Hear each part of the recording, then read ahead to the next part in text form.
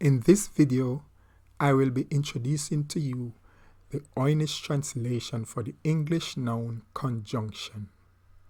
I will also be showing you the representation in character form and how it is written using the alphabet interface called Gwaifermer.